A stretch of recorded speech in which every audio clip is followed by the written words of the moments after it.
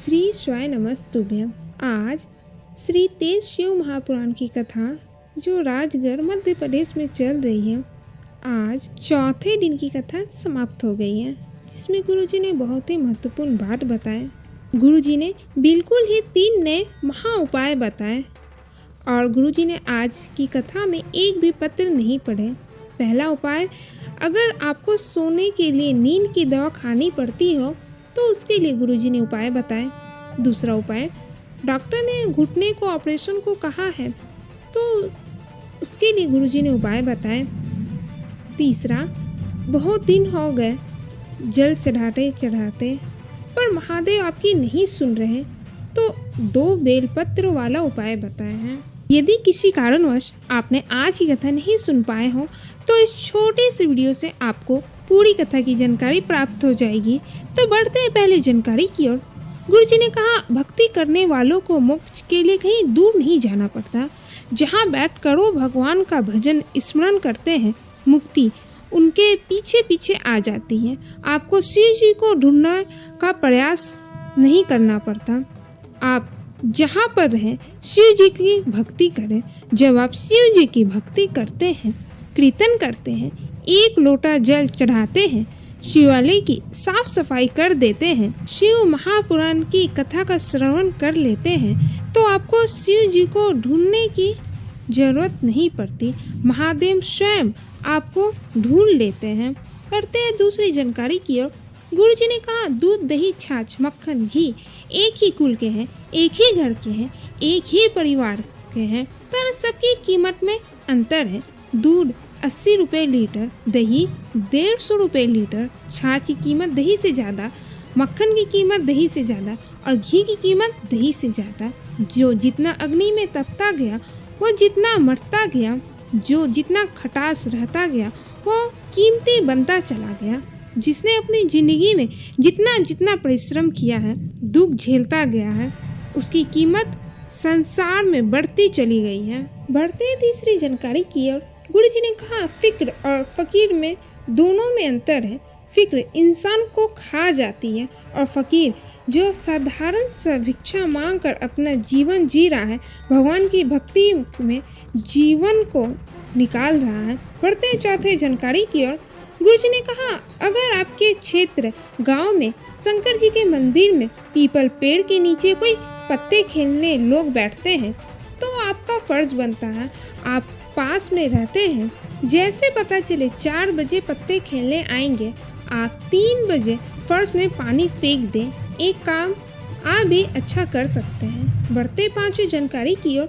गुरुजी ने निवेदन किया, रक्षाबंधन का त्यौहार आए, कितना भी झगड़ा हो, बोल चाल ना हो, अपने घर की बेटियों को, बुआ को, जीजियों को प्रयास करना। जितनी भी माताएं हैं, भाई भले फ़ोन ना लगाएं पर एक फ़ोन आप ज़रूर लगाएं और कहें, रक्षाबंधन आ रहा है, कब आएगी? साड़ी लेकर मत आना, मेरी साड़ी पहन लेना। इस पर गुरुजी ने कहा, ऐसा क्यों कहा जाता? भाभी ननद से क्यों कहती है मेरी साड़ी पहन लेना? गुरुजी ने कहा, 3 काल को हरने वाले होते हैं। पहले नंबर पे है संत ब्राह्मण, दूसरे नंबर पे है गौ माता, तीसरी नंबर पर है बहन बेटी। जब बहन बेटी को साड़ी पहनने को दे देते तो ननद बहन अपने भाई के काल को हर लेती है। बढ़ते हैं छठे जानकारी की ओर। गुरुजी ने कहा, ध्यान रखिए, किसी के कहने पर एकदम भड़क ना जाए। किसी को बोलने से पहले विचार करें क्या सही है और क्या गलत। बढ़ते हैं 7वीं जानकारी की ओर। गुरुजी ने उपाय बताया, अगर आप नींद की गोली खा रहे हैं तो उसे छोड़ दें। प्रैक्टिकल करके देखें, कम से कम 5 दिन तक जरूर करें। नींद की गोली को छोड़कर मोबाइल को बगल में बंद करके रख दें। जब सोने का समय हो, नींद की गोली ना खाकर पलंग पर बैठे बैठे अपने हथेली में थोड़ा सा जल लें और जया का नाम लेकर उस जल का आचमन कर लें। फिर अपने हथेली में थोड़ा सा जल लें और विसहरा बोलकर जल का आचमन कर लें। उसी तरह सामली बाड़ी, 2 तेली देव, 5 कन्याओं का नाम लेकर जल का आचमन कर लें, फिर सो जाएं।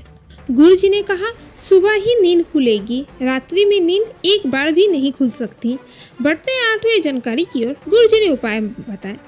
मान ले डॉक्टर ने कहा आपके घुटने बदलने पड़ेंगे, रीढ़ की हड्डी में गैप आ गया है, या सो के जब आप उठते हैं तो पीठ या कमर में दर्द होता है, तो उसके लिए गुरुजी ने उपाय बताए। गुरुजी ने कहा, बेलपत्र की पत्ती की डूट को अशोक सुंदरी के स्थान पर चढ़ाकर लगातार 5 दिन तक उस डूट को चबा चबा कर खाएं। खाते समय आपको 5 कन्या का नाम लेना है, जया, विषहरा, सामलीबारी, दोतली और देव। जो ऐसे खाता है उसकी रीढ़ की हड्डी के गैप हो या घुटने बदलने को डॉक्टर ने कहा हो, ऑपरेशन करने की जरूरत नहीं पड़ती, ऐसे ही आराम मिलने प्रारंभ हो जाता है। बढ़ते हैं 9वीं जानकारी की ओर। गुरुजी ने कहा, शंकर जी को जल किस दिशा में बैठकर या खड़े होकर चढ़ाएं। शिव जी की जलाधारी हमेशा उत्तर की ओर होती। भारत की भूमि में केवल एक शिवलिंग ऐसा है जिसकी जलाधारी दक्षिण की ओर है, जो उज्जैनी में महाकाल की है। गुरुजी ने कहा, यदि महादेव आपकी नहीं सुन रहे तो अशोक सुंदरी में बेलपत्र चढ़ा के डंडी जलाधारी की ओर और शिव जी पर एक बेलपत्र चढ़ा के उसकी डंडी भी जलाधारी जहाँ से पानी नीचे गिरता उसी ओर रखें और आप जलाधारी के विपरीत दक्षिण दिशा में बैठें। दक्षिण में बैठने से आपका मुख उत्तर की ओर हो गया।